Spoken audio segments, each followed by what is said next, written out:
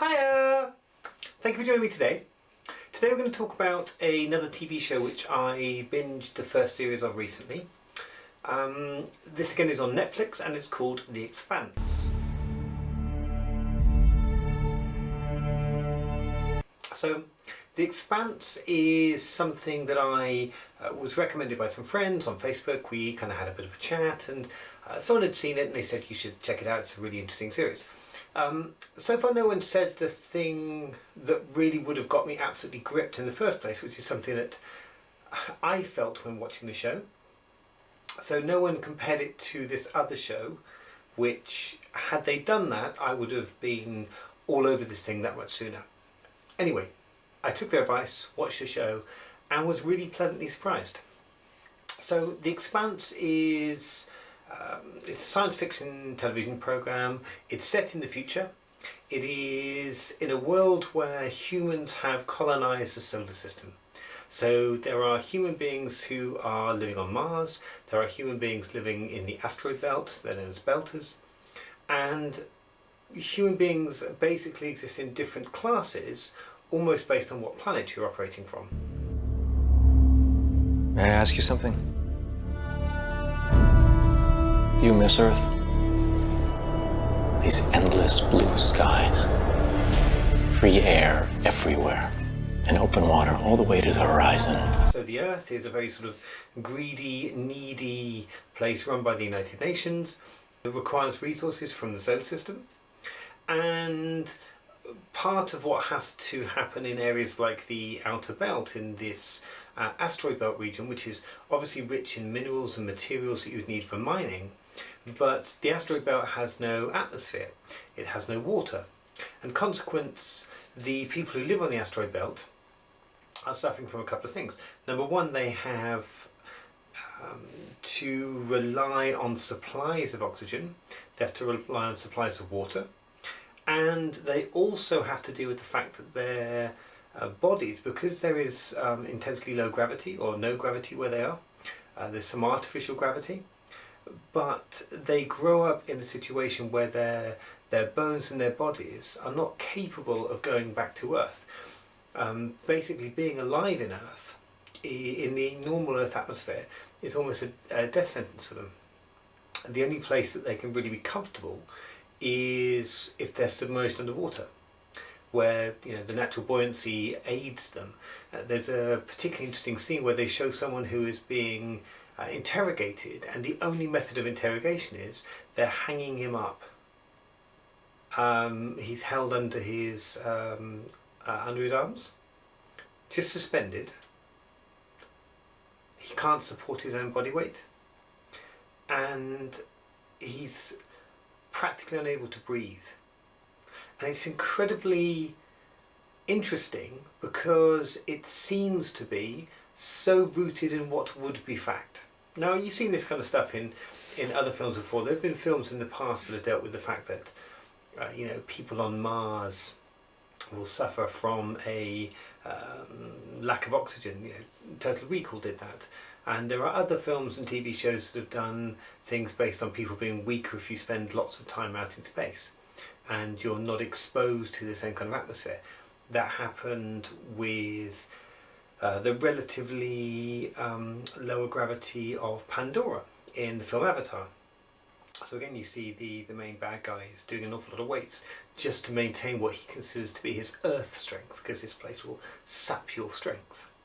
So what I liked about the show was you have Earth, run by the United Nations, you have Mars, which is basically a sort of military planet that is all working in one common direction to colonize the planet. They envy what Earth has. Earth has a blue sky. Earth has rain. It has an atmosphere. Things that people on Earth take for granted. Nice parallel there with, let's say, the modern society, global warming type conversations where we're currently taking our planet for granted as well. They are an entire culture working together to turn a lifeless rock into a garden. We had a garden and we paved it. Mars has this common direction. They're very militaristic.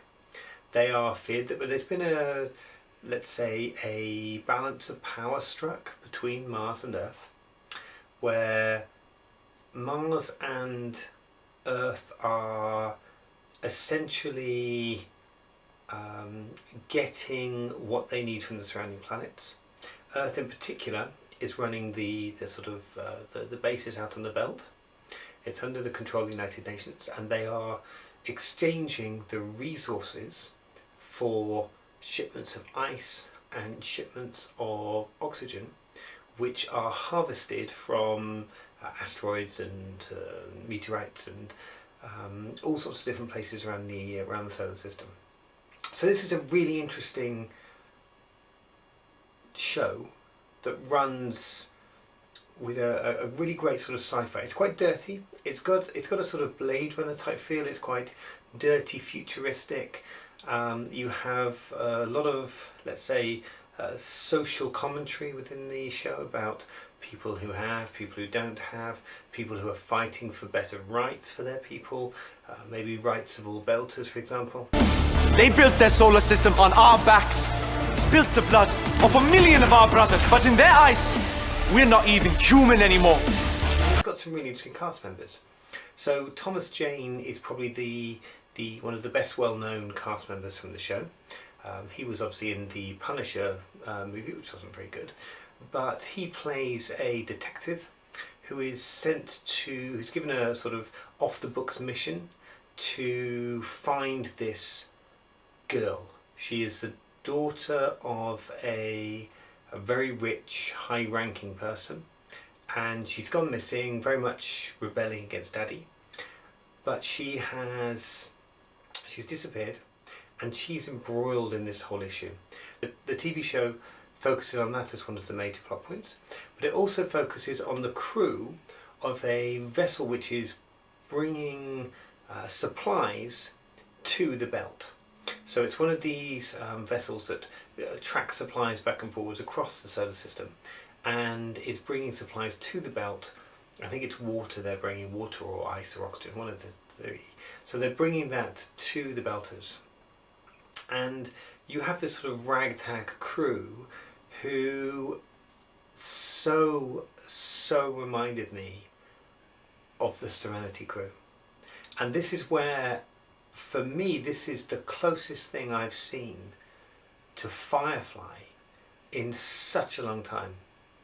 It has this similar idea that we're in a sort of expansionist galaxy.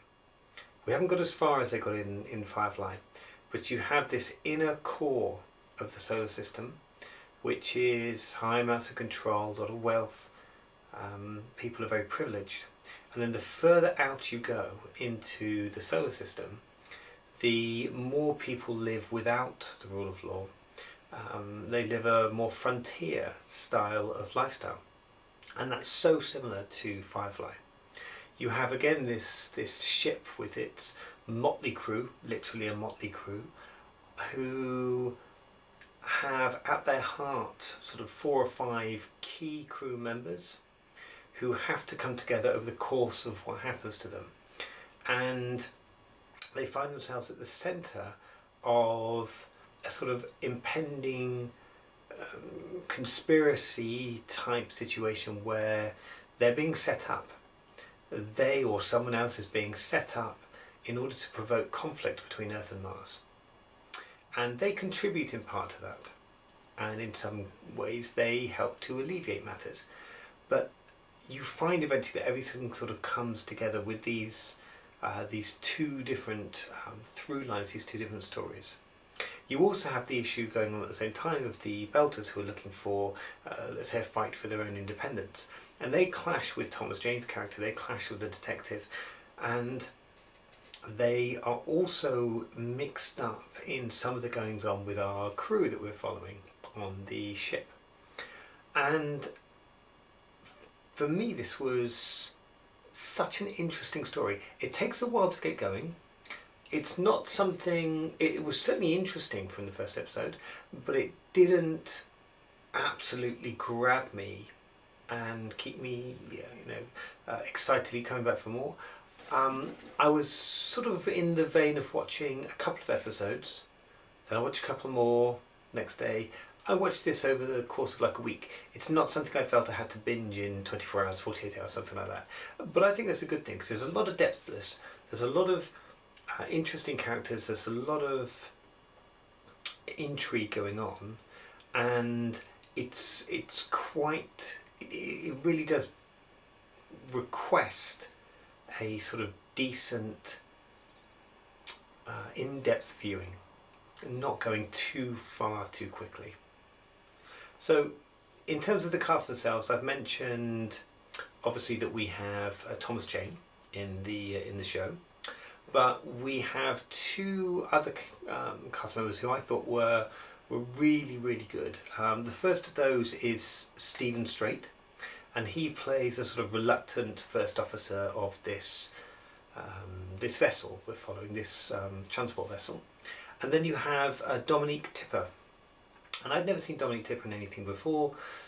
She was really, really great as a sort of take charge, the natural leader, as it were, when placing against adversity. She is a natural leader, someone who steps up, who really projects calm, projects poise, and for that reason you get the feeling similar to the preacher on Firefly. You get that idea that there's something more, they're too calm, there's more to them, they've got some sort of skill, a special set of skills. But she is basically incredibly competent and carries something about her that suggests she's too good to be doing this job. But that is also true of our sort of first officer, played, as I said, by Stephen Strait.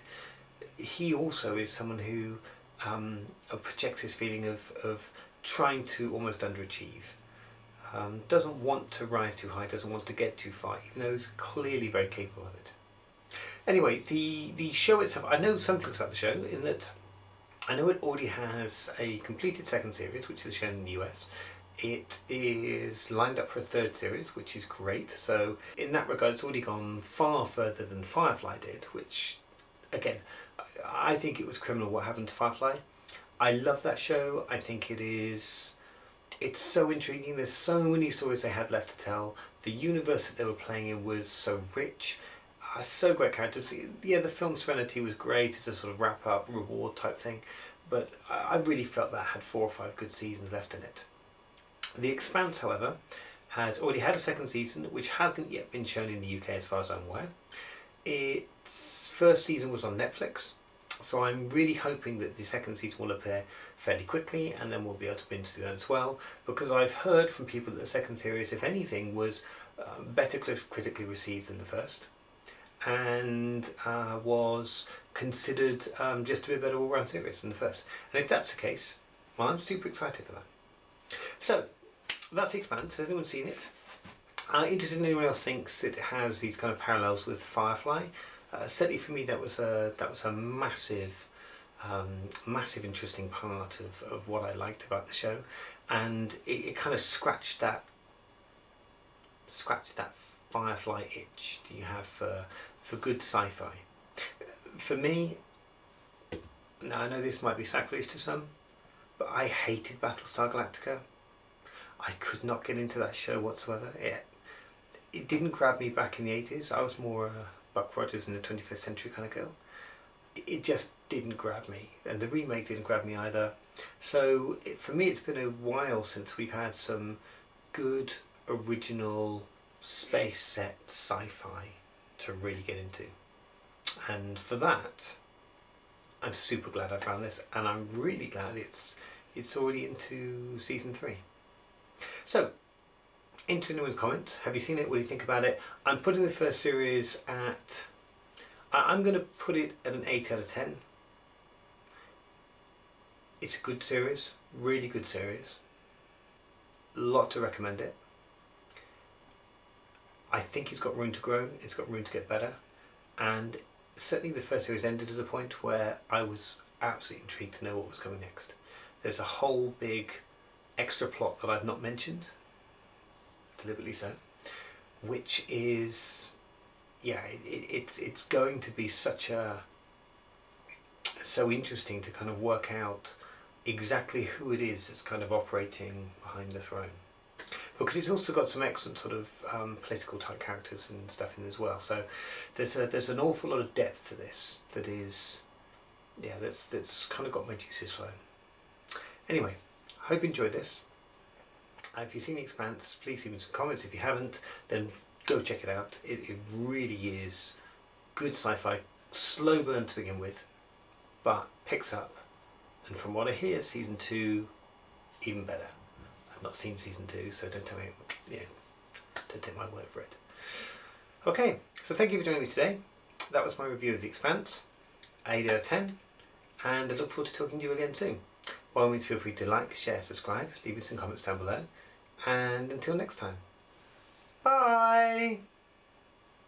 Bye!